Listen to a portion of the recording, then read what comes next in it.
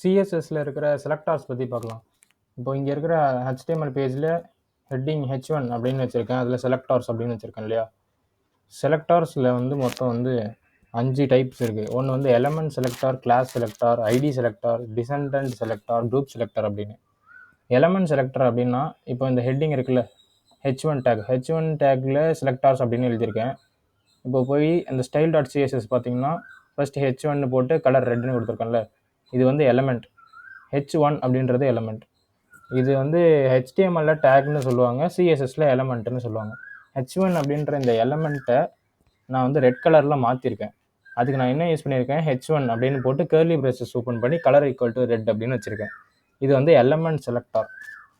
Second வந்து என்ன கொடுத்துருக்கேன்னா class selector. Class selector அப்படின்னா ஸ்டைல் டாட் சிஎஸ்எஸ்ல டாட் வச்சு எழுதுவாங்க. கிளாஸ் செலக்டாருக்கு டாட் வச்சு என்ன நேம் வேணாலும் வைக்கலாம்.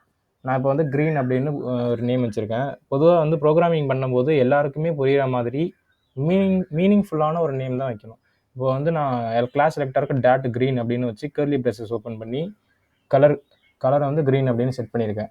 இப்போ இண்டெக்ஸில் .html போய் பார்த்தீங்கன்னா இங்கே இருக்குது கிளாஸ் செலக்டார் அப்படின்ற வார்த்தை. இதுக்கு முன்னாடி நான் என்ன பண்ணியிருக்கேன், இந்த லிஸ்ட்ன்ற எலமெண்ட்டுக்கு பக்கத்தில் கிளாஸ் ஈக்குவல் டு அப்படின்னு போட்டு க்ரீன் அப்படின்னு மென்ஷன் பண்ணியிருக்கேன். இப்போ இங்கே இருக்கிற க்ரீன் வந்து இந்த நேமை தான் வந்து டினோட் பண்ணுது. இப்போ நான் வந்து க்ரீன் 1 அப்படின்னு வைக்கிறேன்னு வச்சுக்கோங்க. இப்போ அந்த கலர் வந்து அப்ளை ஆகாது.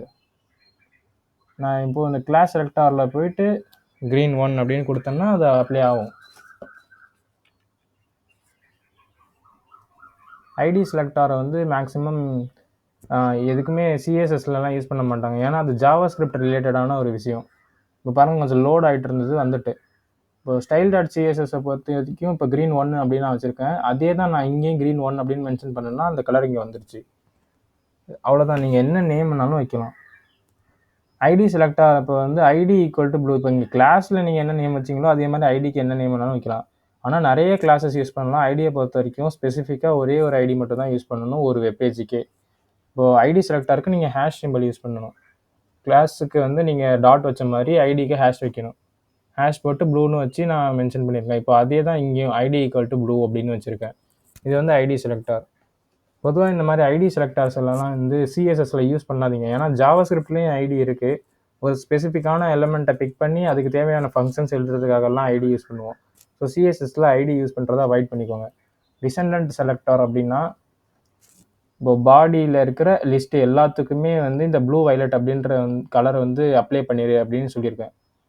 அப்படின்னா என்னென்னா, இப்போ இங்கே இருக்கா பாடிக்கு உள்ளார நிறைய லிஸ்ட் இருக்குது. இது எல்லாமே நான் இன்லைனில் இது எக்ஸ்டர்னலோட லிங்க் பண்ணி கொடுத்துருக்கனால அதுக்கெல்லாம் அந்த கலர் எடுத்துருச்சு. இப்போது இங்கே இருக்கிற லிஸ்ட்டுக்கோ இல்லை கீழே இருக்கிற எந்த லிஸ்ட்டுக்குமே வந்து நான் எந்த கலருமே கொடுக்கல. இது கலர் கொடுக்காத பாடிக்கு கீழே இருக்கிற எல்லா லிஸ்ட்டுக்குமே வந்து இந்த ப்ளூ வயலட் அப்ளை பண்ண சொல்லி இங்கே கொடுத்துருக்கேன். இது வந்து டிசெண்டன்ட் செலக்டார். இப்போ நீங்கள் வந்து ஒரு டிவ் வைக்கிறீங்க, இல்லைனா ஒரு பாடிக்கு உள்ளார ஒரு டிவ்வுக்கு உள்ளார ஒரு பேராகிராஃப் எழுதுறீங்க. அந்த பேராகிராஃபுக்கு உள்ளார ஒரு ஸ்பேன் இருக்குன்னா பாடி டிவ் பேராகிராஃப் ஸ்பேன் அப்படின்னு டிசெண்டண்ட்டாக மேலேருந்து கீழே வரைக்கும் என்னென்ன இருக்கோ அந்த மாதிரி எழுதி அதுக்கு தேவையான ஸ்டைல்ஸ் அப்ளை பண்ணுறது தான் இந்த டிசெண்டன்ட் செலக்டார். அதுக்கப்புறம் இருக்கிறது குரூப் செலக்டார். குரூப் செலக்டார்னால் இப்போ H2 எலமெண்ட்டில் ஒரு ஹெட்டிங் இருக்குது, H3 எலமெண்ட்டில் ஒரு ஹெட்டிங்னு நான் எழுதியிருக்கேன். இந்த ரெண்டையும் வந்து தனியாக பிக் பண்ணி அதுக்கு மட்டும் நான் வந்து கலர் அப்ளை பண்ணுறேன். கமா போட்டு செப்பரேட் பண்ணிக்கிறேன். டிசெண்டன்ட் செலக்டார் வந்து மேலேருந்து கீழே வரைக்கும் ஆர்டர் வைஸ் அது வந்து பிரித்து வரும். எப்படின்னா ஒரு ஊரில் ஒரு தெரு இருக்குது, அந்த தெருவில் இருக்கிற இந்த வீட்டுக்கு நான் இந்த கலர் அடிக்கிறேன், இந்த கலர் பெயிண்ட் அடிக்கிறேன் அப்படின்றது வந்து டிசெண்டன்ட் செலக்டார். இதே குரூப் செலக்டார்னா தெரு 1, தெரு 2, தெரு 3 இந்த மாதிரி 3 தெரு இருக்குன்னா அந்த 3 தெருவையும் செலக்ட் பண்ணி அந்த 3 தெரு ஃபுல்லாகவுமே நான் அந்த ஒரே கலர் அப்ளை பண்ணுறேன் அப்படின்றது பேர் தான் வந்து இந்த குரூப் செலக்டார். மொத்தமாக ஒரு குரூப் பண்ணுறது. குரூப் பண்ணும்போது இந்த மாதிரி கம்மா செப்பரேட் பண்ணணும். இப்போ H2க்கும் H3க்கும் வந்து கம்மா செப்பரேட் பண்ணி கலர் ஈக்குவல் டு சாக்லேட் அப்படின்னு நான் கொடுத்துருக்கேன். இப்போ வெப்பேஜில் பார்த்தீங்கன்னா கீழே இருக்கிற 2 ஹெட்டிங்குமே வந்து அந்த கலரில் அப்ளை ஆகிருக்கு. இவ்வளோ தான் செலக்டார்ஸ் பற்றி.